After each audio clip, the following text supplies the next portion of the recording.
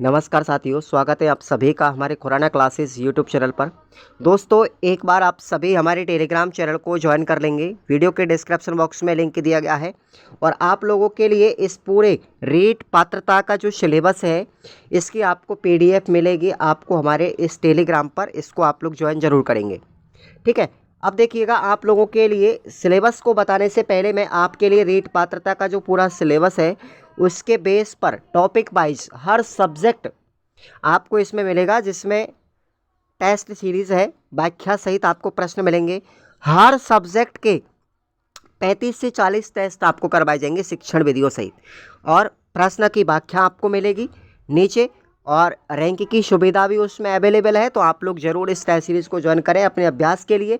और प्रश्न यहाँ से बहुत सारे आपको एग्जाम में देखने को भी मिलेंगे, एक से एक प्रश्न की विस्तृत व्याख्या आपको मिलेगी। तो क्यों ना आप लोग इसको ज़रूर ज्वाइन करें। इसका प्राइस भी बहुत नॉर्मल मैंने रखा है, 200 टेस्ट है, कम से कम 200 टेस्ट, प्लस इसमें आपके ओल्ड मॉडल पेपर भी टेस्ट सीरीज़ आपको ज्वाइन की जाएगी, ठीक है। इसी कीमत पर आपसे कोई प्राइस नहीं ली जाएगा। इसकी वैलिडिटी आपके एग्ज़ाम तक रहेगी, चाहे एग्ज़ाम आपके 12 महीने बाद ही क्यों ना हो पात्रता की, ठीक है साथियों। तो ज़रूर ज्वाइन करें आप लोग खुराना क्लासेस ऐप को डाउनलोड करके। तो आइए अब हम सिलेबस की चर्चा करते हैं। रीट पात्रता का जो सिलेबस है साथियों, जो 2022 में रहा था, इस सिलेबस में आपका कोई भी बदलाव नहीं होगा, क्योंकि आरटीई एक्ट के अनुसार आप सबको पता है रीट पात्रता का सिलेबस ऑलरेडी निर्धारित है, जो माध्यमिक शिक्षा बोर्ड ने कर रखा है। इसमें आपका कोई भी पैटर्न बदलेगा नहीं, ठीक है। और मैं आपको विशेष रूप से बता दूं, इसमें कहीं भी किसी भी सब्जेक्ट में कोई बदलाव नहीं होगा। केवल पर्यावरण के अंदर थोड़ा सा बदलाव होगा, जहाँ पे अपने राजस्थान जी के कल्चर के जो टॉपिक हैं उनमें जो टॉपिक आपके दिए गए थे वो 50 ज़िलों के अनुसार आपसे कल्चर के टॉपिक पूछे जाएंगे, बस। इसके अलावा इसमें कहीं भी कोई उलटफेर नहीं होगा, ये आपको ध्यान रखना है। आइए अब हम बात करते हैं पूरी। सबसे पहले आपको ध्यान रखना है, इसके अंदर 5 सब्जेक्ट होते हैं। पहली सब्जेक्ट आपको मिलेगी साइकोलॉजी, दूसरी आपको मिलेगी पर्यावरण, तीसरी आपको मिलेगी गणित, और चौथी आपको मिलेगी अपनी फर्स्ट लैंग्वेज में हिंदी, आप चूज कर सकते हो, और पांचवी विषय आपको मिलेगी संस्कृत अथवा इंग्लिश। ये आपको ध्यान रखना है। आप कोई भी सब्जेक्ट चुन सकते हो। फर्स्ट में आप इंग्लिश, संस्कृत, हिंदी वगैरह कुछ भी सुन सकते हो। तो जो सब्जेक्ट आपको ध्यान रखना है, फर्स्ट लैंग्वेज में आपने जो सब्जेक्ट लिया है, जैसे हिंदी लिया है, तो आपको सेकंड लैंग्वेज जो आपको आएगी उसमें आपको हिंदी नहीं लेकर हिंदी के अलावा कोई अदर भाषा चुननी है। ये आपको पैटर्न समझना है। तो साइकोलॉजी के अंतर्गत बात आती है बाल विकास एवं शिक्षण विधियों की। तो 30 प्रश्न मिलेंगे आपको, और प्रत्येक प्रश्न 1 अंक का होगा। इसमें कोई भी नेगेटिव मार्किंग नहीं थी पहले, और अब की बार अगर नेगेटिव मार्किंग कर देते हैं तो अलग बात है, वरना अलग चीज़ है कि पहले नेगेटिव मार्किंग नहीं थी कभी पात्रता के अंतर्गत। लेकिन अब की बार अगर नेगेटिव मार्किंग हो जाए तो कोई दिक्कत वाली बात भी नहीं है। मेरे हिसाब से नहीं होना चाहिए नेगेटिव मार्किंग, क्योंकि मेंस में होती है ऑलरेडी। तो बाल विकास की अगर हम बात करते हैं तो पहली यूनिट है हमारी वृद्धि एवं विकास की संकल्पना, पहला टॉपिक। उसके बाद विकास के आयाम एवं सिद्धांतों की बात करेंगे। विकास को प्रभावित करने वाले कारक जैसे विद्यालय, परिवार है, अधिगम से उनका क्या संबंध है, विद्यालय और परिवार का, और वंशक्रम और वातावरण की बाल विकास में क्या भूमिका होती है। ये हमारी फर्स्ट यूनिट है, ध्यान रखना आपको। उसके बाद सेकंड यूनिट आती है हमारी व्यक्तिगत विभिन्नताएं, ठीक है, जिसमें अर्थ, उसके प्रकार, व्यक्तित्व, व्यक्तिगत विभिन्नता को प्रभावित करने वाले कारक कौन कौन से हैं। फिर हम व्यक्तित्व के बाद बात करेंगे पर्सनैलिटी, ठीक है, पर्सनैलिटी की संकल्पना क्या है, इसके प्रकार कितने हैं, व्यक्तित्व को प्रभावित करने वाले कारक कौन कौन से हैं, व्यक्तित्व का मापन किन किन विधियों के द्वारा किया जाता है। तीसरा जो हमारा चैप्टर है सेकंड यूनिट में वो है बुद्धि, बुद्धि की परिभाषाएं, ठीक है, क्या क्या इसकी संकल्पना रही है, बुद्धि के सिद्धांत कौन कौन से हैं, बुद्धि का मापन करने के लिए कौन कौन सी विधियों का प्रयोग किया जाता है, बहुबुद्धि के सिद्धांत उसके नहीं हटता, ठीक है। ये बहुबुद्धि का सिद्धांत आप लोगों को सबको पता है, किसने दिया था, हार्वर्ड गार्डनर ने, ठीक है।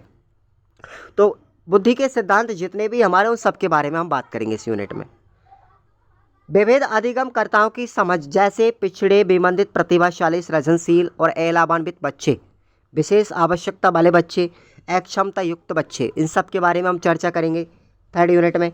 अधिगम में आने वाली कठिनाइयाँ कौन कौन सी होती हैं इन बच्चों के लिए, और समायोजन क्या है, समायोजन के तरीके क्या है, समायोजन में अध्यापक की भूमिका क्या होती है, समायोजन की विधियाँ कौन कौन सी हैं, इन सब के बारे में हम थर्ड यूनिट में बात करेंगे। चौथे नंबर की यूनिट आती है साथियों साइकोलॉजी के अंदर, देखिएगा अधिगम के बारे में। अधिगम का अर्थ, अधिगम की परिभाषा, अधिगम की विशेषताएं, अधिगम को प्रभावित करने वाले कारक, अधिगम के सिद्धांत और उसके क्या क्या शैक्षणिक महत्व है, बच्चे कैसे सीखते हैं, अधिगम की कौन कौन सी प्रक्रिया होती है, चिंतन, कल्पना और तर्क के बारे में भी हम बात करेंगे। अभिप्रेरणा और अधिगम के साथ इसका क्या संबंध है, ये पॉइंट भी हम डिस्कस करेंगे इस सिलेबस के अंदर। पाँचवीं यूनिट है शिक्षण अधिगम की प्रक्रियाएं। एनसीएफ 2005 के संदर्भ में शिक्षण अधिगम की शिक्षण विधियाँ, आकलन, मापन, मूल्यांकन का अर्थ और उसके उद्देश्य, समग्र एवं सतत मूल्यांकन के बारे में, उपलब्धि परीक्षण का निर्माण और सीखने के प्रतिफल। ये हमारी कौन सी यूनिट है, पाँचवें नंबर की यूनिट है साथियों, शिक्षण विधियों जैसी है। फिर क्रियात्मक अनुसंधान के बारे में बात करेंगे, और आरटीई एक्ट 2009 की भूमिका, अध्यापकों के दायित्व कौन कौन से हैं, यानी आरटीई एक्ट के बारे में हम पूरा विश्लेषण से बात करेंगे। हालांकि ये चैप्टर आपका किस में है, मेंस में भी दिया गया है, और यहाँ पर हम शिक्षा मनोविज्ञान में भी बात करेंगे। चलिए, तो ये हमारी साइकोलॉजी होती है। साइकोलॉजी के बाद में हमारी आती है यहाँ पर इंग्लिश को ले सकते हो फर्स्ट लैंग्वेज में, चाहे आप हिंदी को ले सकते हो। मैं हिंदी की बात कर लेता हूँ। हिंदी का फर्स्ट लैंग्वेज में 30 प्रश्न मिलेंगे, 30 मिनट के मिलेंगे, ठीक है। एक प्रश्न 1 नंबर का होगा। हिंदी में अगर हम टॉपिकों की बात करते हैं तो सबसे पहले आपको एक गद्यांश दिया जाएगा, जिस गद्यांश में से आपको प्रश्न पूछे जाएंगे, जैसे पर्यायवाची, विलोम शब्द, एक शब्द के लिए वाक्यांश, शब्दार्थ और शब्द शुद्धि, ये टॉपिक है अपने।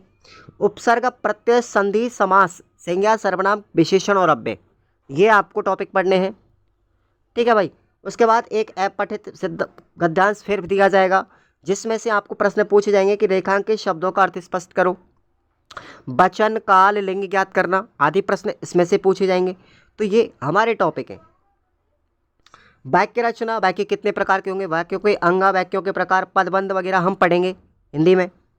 मुहावरे और लोकोक्ति और ब्रह्म चिन्ह, ये हमारी है किसमें, व्याकरण है हिंदी की। अब हम वहीं पर आते हैं हिंदी की शिक्षण विधियों। देखो, सबसे पहले हम बात करेंगे भाषा के कौशलों की, जैसे LSRW आप लोगों ने सुना होगा, ठीक है, सुनना, बोलना, पढ़ना और लिखना, ठीक है। हिंदी भाषा शिक्षण में कौन कौन सी चुनौतियाँ आती हैं, हिंदी भाषा शिक्षण की अधिगम सामग्री कौन कौन सी है, और इसके संसाधनों के साथ क्या क्या उपयोग होते हैं, ठीक है। उसके बाद भाषा शिक्षण में मूल्यांकन, उपलब्धि परीक्षण का निर्माण और सतत एवं व्यापक मूल्यांकन, उपचारात्मक शिक्षण, ये हमारे यहाँ पर जो टॉपिक हैं, ये हमारे किसके हैं, हिंदी भाषा शिक्षण विधियों के। हिंदी भाषा शिक्षण की विधियाँ, हिंदी भाषा के उपागम और हिंदी भाषा की दक्षता का विकास, ये आपको ध्यान रखने तीनों के तीनों पॉइंट, ये अपनी शिक्षण विधियों के हैं, ओके। एक चीज़ आपको ध्यान रखनी है कि टॉपिक तो आपके कक्षा 1 से 5 तक रहेंगे, लेकिन जो स्टैंडर्ड जो होगा, आपका लेवल जो होगा प्रश्न पूछने का, वो आपका कक्षा 10 तक होगा, ये आपको ध्यान रखना है। अब देखिए, सेकंड लैंग्वेज में हम बाद में आएंगे। संस्कृत की हम बात कर लेते हैं, ठीक है। संस्कृत आप सेकंड लैंग्वेज में भी ले सकते हो, चाहे भले। तो संस्कृत की अगर हम बात करते हैं, फर्स्ट लैंग्वेज में संस्कृत बहुत से लेंगे, मैं सेकंड लैंग्वेज में भी बात करूंगा, लेकिन टॉपिक वही रहेंगे।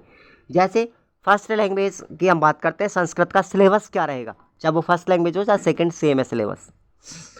सबसे पहले हम बात करेंगे धातु रूप, एक शब्द रूप, कारक, विभक्ति, उपसर्ग, संधि, समास, सर्वनाम, विशेषण और अपव्यय, ये प्रश्न हिंदी की तरह पूछे जाएंगे संस्कृत में भी। ऐसे ही रेखांकित पद, रेखांकित पद का चयन करेंगे, वचन, लकार, लिंग, संधि, समास, विशेष, विशेषण और विलोम शब्द, ये बिल्कुल हिंदी के जैसे टॉपिक हैं। उसके बाद लकार परिवर्तन, जैसे लट लकार, लंग लकार, रट लकार, विधि लंग लकार आदि के बारे में। संख्या आएंगी, 1 से गिनतियाँ भी पूछी जाती हैं, माहेश्वरी सूत्रों से संबंधित प्रश्न भी पूछे जाते हैं। और मैं आपको बता दूं, संस्कृत के अंतर्गत अनुवाद आते हैं। कोई आपको वाक्य दे दिया जाएगा संस्कृत में, उसका हिंदी में अनुवाद पूछेगा, कौन सा अनुवाद होगा, या फिर वाच्य परिवर्तन पूछेगा प्रश्न, अशुद्धि संशोधन, सब प्रश्नों के निर्माण और संस्कृत सूक्तियाँ। उसके बाद आती है हमारी संस्कृत भाषा की शिक्षण विधियों के बारे में और संस्कृत भाषा शिक्षण के सिद्धांत कौन कौन से, ये भी टॉपिक है। संस्कृत भाषा के कौशल हैं, संस्कृत अधिगम के साधन, पाठ्य पुस्तक और संप्रेषण के साधन, बिल्कुल वही हिंदी के जैसा सिलेबस है, सिर्फ ट्रांसलेशन संस्कृत का होगा बस। संस्कृत भाषा शिक्षण के मूल्यांकन संबंधी प्रश्न, मौखिक लिखित प्रश्नों के प्रकार और सतत व्यापक मूल्यांकन और उपचारात्मक शिक्षण, ये प्रश्न आपके संस्कृत में पूछे जाएंगे। ठीक है, अब देखिए आगे हम बात करते हैं दूसरी सब्जेक्ट की। अब हम बात करते हैं पर्यावरण का सिलेबस, गणित का सिलेबस क्या होगा। 30 प्रश्न मिलेंगे और 30 क्वेश्चन 30 नंबर के होंगे। तो गणित में जो हमारा पहला यूनिट है वो है 1 करोड़ तक की संख्याएं, स्थानीय मान, भिन्नों की तुलना और गणितीय मूल संक्रियाएं, जोड़ बाकी गुणा भाग और भारतीय मुद्रा। इसका मतलब इस यूनिट का नाम है आपका नंबर सिस्टम, ध्यान रखना आप लोग। सेकंड जो यूनिट आएगी वो है अपनी भिन्न वगैरह है, जैसे उचित भिन्न है, आरोही अवरोही वगैरह वाली भिन्न है, मिश्र भिन्न है, असमान हर वाली भिन्न, भिन्नों के बारे में पूछा जाएगा, भिन्न वाली फ्रैक्शन वाली जो यूनिट है वो। उसके बाद अभाज्य व संयुक्त संख्याएं, अभाज्य गुणनखंड, लय से और में से, ये दोनों तरीके के प्रश्न आपको पूछे जाएंगे। तो ये वाली प्रश्नावलियाँ हैं। एक एक नियम, औसत, लाभ, हानि और सरल व्यास, ये प्रश्नावलियाँ भी आपको सिलेबस में है। उसके बाद हमारी आती है ज्योमेट्री, जैसे समतल व वक्रतल, समतल व ठोस ज्यामितीय आकृतियाँ, समतल ज्यामितीय आकृतियों की विशेषताएं, बिंदु, रेखा, किरण, रेखाखंड, कोण और उनके प्रकार। ध्यान रखना यू प्रश्नावलियों को आपसे यही कक्षा 1 से 5वीं तक का ही सिलेबस है ये। बिंदु किसे कहते हैं, रेखा किसे कहते हैं, किरण किसे कहेंगे, रेखाखंड किसे कहेंगे, कोण कितने प्रकार के हैं, कौन कौन से हैं। ठीक है, वैसे ही आपको ध्यान रखना है लंबाई, भार, धारिता, समय, क्षेत्र मापन, इनकी मानक इकाइयाँ, उनके संबंध में वक्राकार, आयताकार वस्तुओं के पृष्ठ तल का क्षेत्रफल और परिमाप, जैसे त्रिभुज का क्षेत्रफल परिमाप, और वैसे ही वर्ग का क्षेत्रफल और परिमाप से संबंधित प्रश्न, आयतन से संबंधित, और उसके बाद आयत से संबंधित प्रश्न पूछे जाएंगे। ठीक है, शंकु से संबंधित भी प्रश्न पूछे जाएंगे आपके, शंकु से संबंधित, घन और घनाभ से संबंधित। ठीक है भाई, घन और घनाभ से संबंधित प्रश्न आएंगे। तो ये अपनी प्रश्नावलियाँ है, ये डिक्लेयर कर रहा है ये यूनिट, ध्यान रखेंगे आप लोग। अब आती है गणित की प्रकृति, तर्क शक्ति। गणित की क्या है विशेषता, क्या है, क्या क्या प्रकृति है, यानी शिक्षण विधियाँ। पाठ्यक्रम में गणित की महत्ता, गणित की भाषा, सामुदायिक गणित और आंकड़ों का प्रबंधन। उसके बाद औपचारिक व अनौपचारिक विधियों द्वारा मूल्यांकन, शिक्षण की समस्याएं, त्रुटि विश्लेषण, शिक्षण अधिगम से संबंधित, निदानात्मक और उपचारात्मक शिक्षण, ये अपनी गणित की शिक्षण विधियां हैं। हालांकि मैं सब पढ़ा दूंगा, टेंशन नहीं लेना का आप लोगों को, और आप लोग ज्वाइन कीजिए एक बार। अब हम बात कर रहे थे पर्यावरण के सिलेबस की। तो देखिए पर्यावरण में कौन कौन से टॉपिक होंगे, 30 प्रश्न होंगे, 30 अंकों के होंगे, 30 मिनट के लिए। ठीक है भाई, तो पहला जो हमारा चैप्टर है वो है परिवार, संयुक्त परिवार और एकल परिवार। ठीक है, इस परिवार के अंतर्गत कुछ और सामाजिक बुराइयां हुई होती है। ठीक है, जैसे बाल विवाह, दहेज प्रथा, बाल चोरी, बाल श्रम, नशाखोरी, धूम्रपान। ठीक है, समाज और आर्थिक दुष्परिणाम क्या होते हैं इनके, ये वाला टॉपिक है मेरे पास पर्यावरण के आपके लिए पूरे के पूरे संपूर्ण शिक्षण विधियों सहित आपके लिए नोट्स तैयार कर दिए गए हैं मैंने, आप लोग उनको ले सकते हो। 50 रुपये पर PDF के हिसाब से आपको दिया जाएगा। ठीक है भाई, 50 रुपये के नोट्स आपको मिलेंगे ABS के। और अपनी जो टेस्ट सीरीज़ है वो आप लोग ज़रूर ज्वाइन करना एप्लीकेशन पर। ठीक है, वो उसका अलग से 151 रुपये में आपको पूरा का पूरा सिलेबस है। ओके भाई, 151 में। दूसरा हमारा चैप्टर है वस्त्र एवं आवास। भाई वस्त्रों का रखरखाव कैसे करेंगे, हथकरघा क्या है, ठीक है, जीव जंतुओं के आवास कौन कौन से हैं, ठीक है, आवासों का निर्माण करने के लिए कौन कौन सी सामग्री की ज़रूरत पड़ेगी, ये वाला चैप्टर है। तीसरा है व्यवसाय के प्रकार, जैसे कपड़े सिलना, बागवानी, कृषि कार्य, पशुपालन, सब्जी वाला, लघु एवं कुटीर उद्योग। ठीक है, राजस्थान के प्रमुख उद्योग और हस्तकलाएँ, उपभोक्ता संरक्षण की आवश्यकता और अपनी सहकारी समितियाँ वाला चैप्टर। उसके बाद है हमारी सभ्यता और संस्कृति, ये हमारा कल्चर का पार्ट है साथियों। ये जो कल्चर का पार्ट है ये 50 जिलों के अनुसार पूछा जाएगा।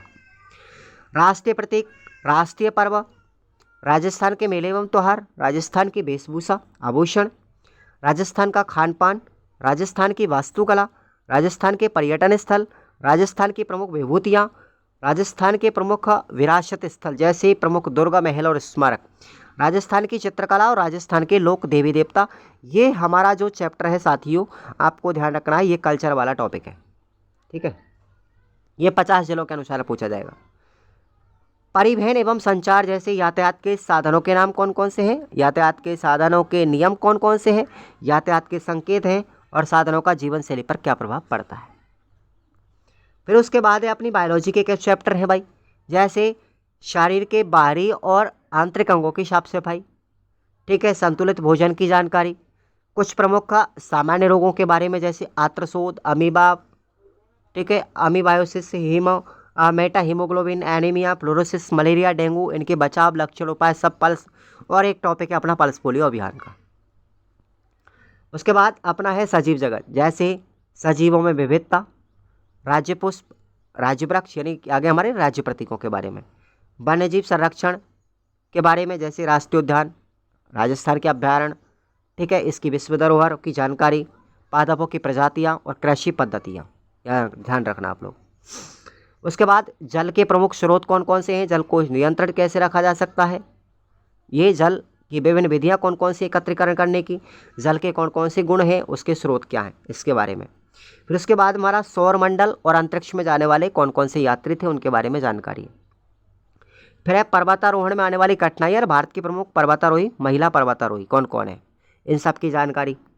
उसके बाद है हमारी पर्यावरण की शिक्षण विधियाँ, जैसे पर्यावरण अध्ययन का महत्व, समाकलित पर्यावरण अध्ययन, पर्यावरण शिक्षा के अधिगम सिद्धांत, पर्यावरण अध्ययन का विज्ञान एवं सामाजिक विषयों के साथ अंतर संबंध क्या है, और उसके बाद है हमारे संकल्पना प्रस्तुतिकरण के उपागम, यानी कि सतत एवं व्यापक मूल्यांकन, पर्यावरण की शिक्षण सामग्री, पर्यावरण शिक्षण में आने वाली समस्याएं, सूचना एवं संचार प्रौद्योगिकी का पर्यावरण के साथ क्या संबंध है। तो ये वाली यूनिट अपनी क्या है, 5वीं पर्यावरण के साथ शिक्षण विधियाँ हैं। ध्यान रखेंगे, ये अपना पूरा कंप्लीटली सिलेबस है। एक बार सभी विद्यार्थी हमारे टेलीग्राम को ज्वाइन करेंगे, वहाँ पर आपको इसकी PDF अवेलेबल हो जाएगी। और टेस्ट सीरीज़ आप लोग जरूर ज्वाइन कीजिएगा। खुराना क्लासेस ऐप आपको प्ले स्टोर पर भी मिलेगा, और आपको वीडियो के डिस्क्रिप्शन बॉक्स में भी लिंक टेलीग्राम और ऐप की दी गई है। तो अभी ज्वाइन करो, रेगुलर अपनी कंटिन्यूटी बना के रखेंगे और कोई दिक्कत वाली बात नहीं है, आपको तैयारी करनी है। Thank you so much.